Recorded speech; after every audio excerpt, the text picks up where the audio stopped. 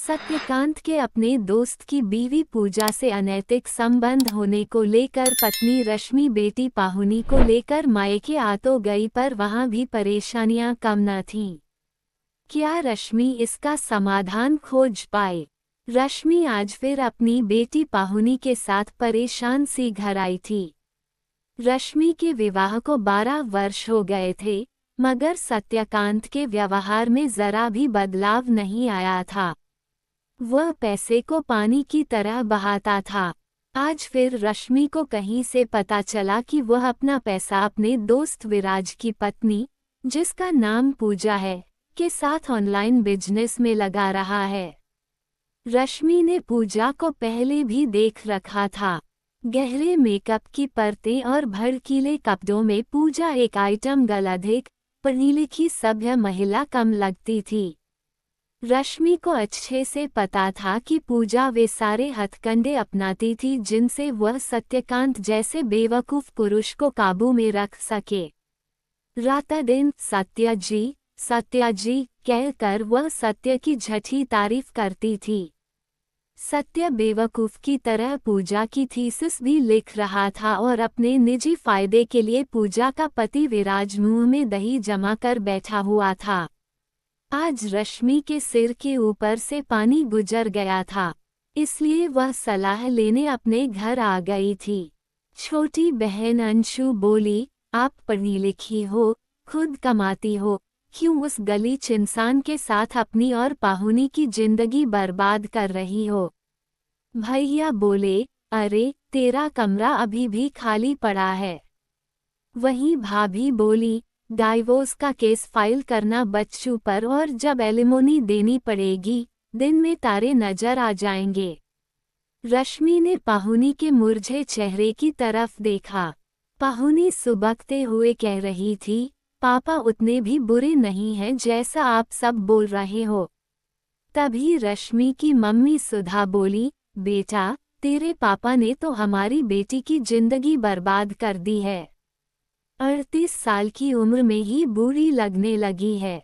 मेरी बेटी महीने में लाख रुपए कमाती है, क्यों वह किसी आवारा के पीछे जिंदगी खराब करे? रश्मि ने घर आकर बहुत देर तक घर छोड़ने के फैसले के बारे में सोचा। उसे लगा कि अगर आज वह पाहुनी के आंसू से पिघल जाएगी तो कभी भी इस दलदल से बाहर नहीं निकल पाएगी। सत्यकांत रात दिन झठ बोलता था। वह इतना झठ बोलता था कि उसे खुद याद नहीं रहता था। रात को सत्यकांत 11 बजे आया था। रश्मि ने सत्यकांत को अपने फैसले से अवगत करा दिया था। सत्यकांत ने बस इतना ही कहा, सोच समझकर फैसला लेना। ऐसा न हो कि कुएं से खाई में गिर जाओ। तुम्हारे घर वाले तुम्हारे पैसों के कारण रात दिन मेरे खिलाफ कान भरते हैं, मगर एक बात याद रखना कि यह केवल तुम्हारी गलतफहमी है कि मेरे और पूजा के बीच कुछ है।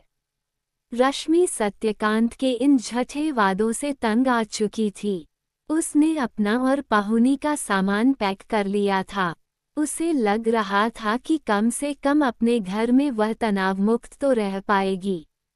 जब रश्मि पाहुनी के साथ अपने घर पहुंची तो सब लोगों ने उसका खुले दिल से स्वागत किया। अपनी छोटी बहन अंशु और भाभी मंशा की मदद से वह अपने कपड़े और छोटे मोटे सामान कमरे में जमाने लगी। रश्मि ने देखा कि उसके कमरे में एक अलमारी पुरानी चादरों से अटी पड़ी है। ठंडी सांस भरते हुए रश्मि ने सोचा कि अभी भी घर का वही हाल है, सब कुछ अस्त व्यस्त। मंशा भाभी भी घर के रंग में ही रंग गई थीं। मंशा भाभी बोली, अरे दीदी, आप इसके ऊपर अपने महंगे कभी कभार पहनने वाले कपड़े रख दो, जल्द ही मैं ये सामान हटवा दूंगी। तभी अंशु बोली, अरे मेरे कमरे में एक अलमारी पूरी खाली है, आपके कपड़े वहां रख देते हैं। रश्मि के सारे महंगे सूट और साड़ियां अंशु अपने कमरे में ले गई थी। रश्मि पाहुनी के साथ उस कमरे को अपना घर बनाने की कोशिश कर रही थी कि तभी रश्मि को बाहर शोर सुनाई दिया। जब रश्मि बाहर निकली तो देखा कि अंशु उसकी कांजीवरम सिल्क की साड़ी पहनकर मॉडलिंग कर रही है। रश्मि को देखकर अंशु बोली, दीदी, इस बार ऑफिस में ट्रेडिशनल डे पर ये ही पहनूंगी। तभी भैया के छोटे बेटे भव्य से उस साड़ी के ऊपर पानी गिर गया। रश्मि को ऐसा लगा मानो साड़ी पर उकेरे हुए मोर को किसी ने जबरदस्ती नहला दिया हो। अंशु बोली, सॉरी दीदी, मैं इसे ड्राई क्लीन करवा दूंगी। तभी रश्मि की मम्मी बोली, अरे, मैं घर पर ही धो दूंगी। रश्मि को अंदर ही अंदर झंझलाहट तो हुई मगर वह चुप ही रही। रात में जब रश्मि और पाहुनी डिनर के लिए बाहर आए तो डाइनिंग टेबल पर सजी क्रॉकरी देखकर रश्मि की भूख ही मर गई थी। क्रॉकरी का रंग पीला पड़ गया था और खाना भी बेहद बदमजा बना हुआ था। रश्मि ने देखा कि पाहुनी बस खाने से खेल रही थी। रात में रश्मि पाहुनी से बहुत देर तक बात करती रही थी। फिर तकरीबन 10 बजे रश्मि उठकर रसोई में गई। वह पाहुनी को दूध देना चाहती थी। फ्रिज खोलकर देखा तो एक गिलास ही दूध था। मम्मी रश्मि से बोली, अरे रश्मि, तेरा भाई तो अकेला कमाने वाला है। अब तू आ गई है तो थोड़ा उसे भी चैन मिल जाएगा। रश्मि मम्मी की बात सुनकर थोड़ी अचकचा गई थी। क्या सत्यकांत वास्तव में उसके परिवार के बारे में सही बोल रहा था? अगले दिन रश्मि सवेरे 5 बजे उठकर नहा ली थी और अपने कपड़े भी धोकर डाल दिए थे। अब समस्या थी पाहुनी की, वह बिना दूध के आंख नहीं खोलती है।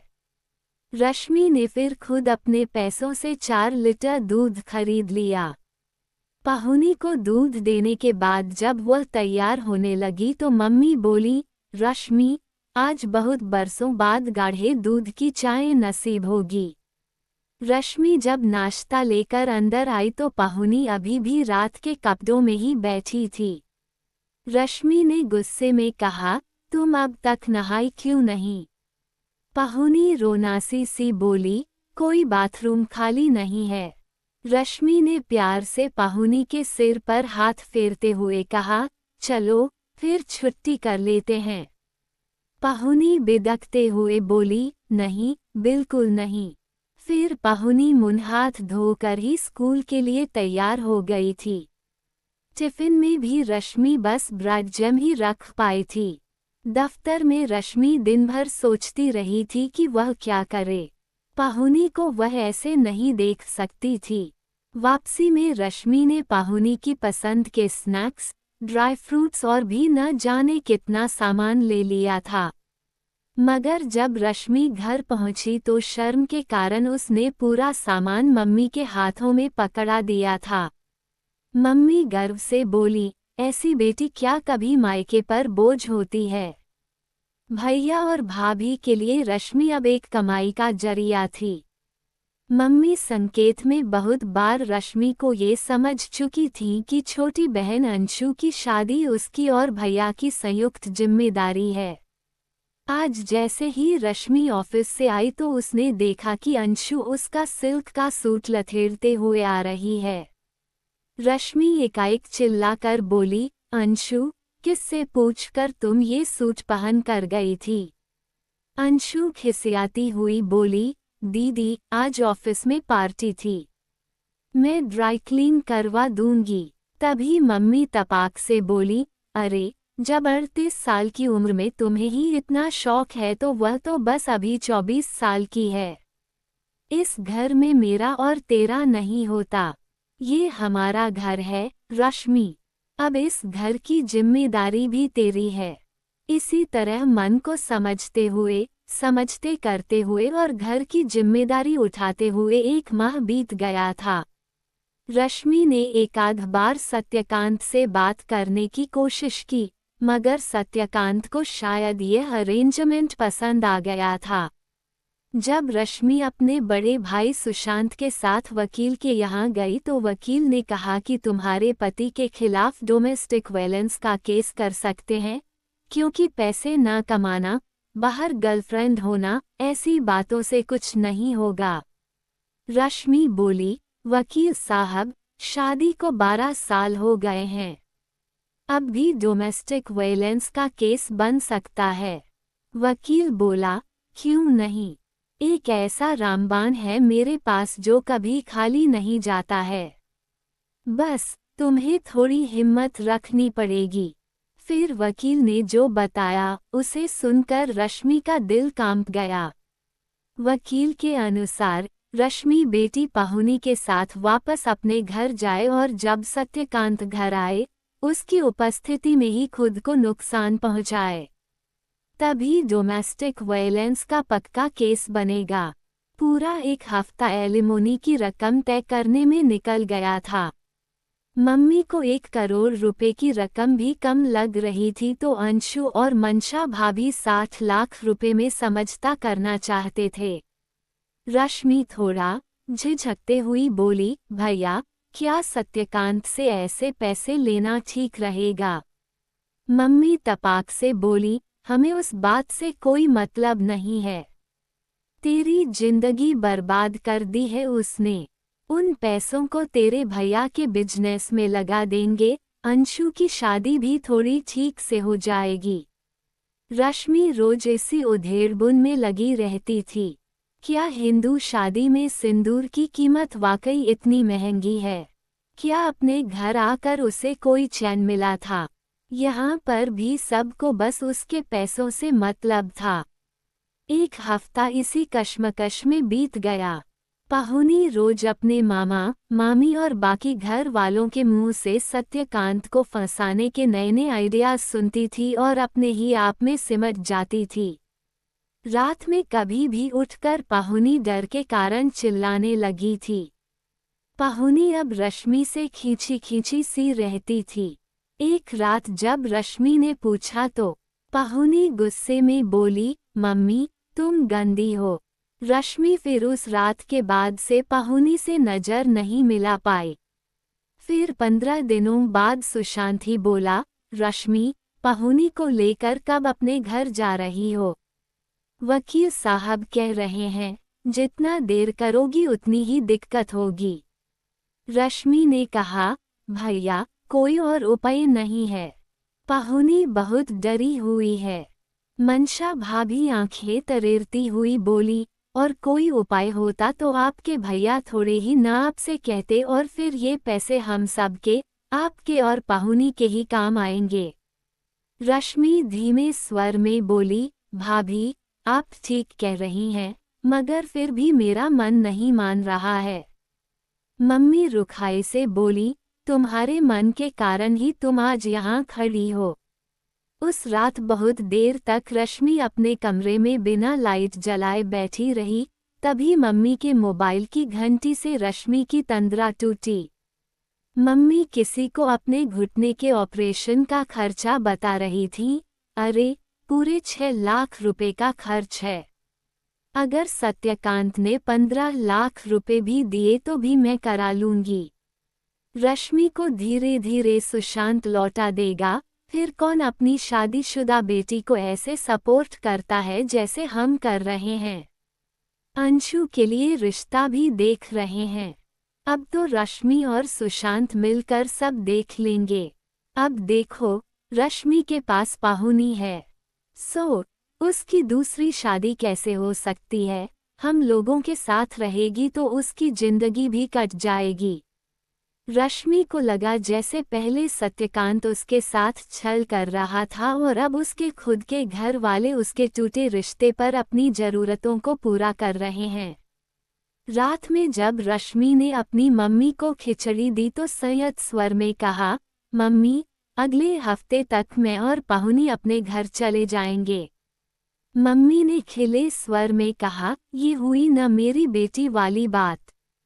शनिवार की शाम को रश्मि ने अपना सामान फिर पैक कर लिया था। सुशांत बोला, चल, मैं तुझे छोड़ आता हूँ।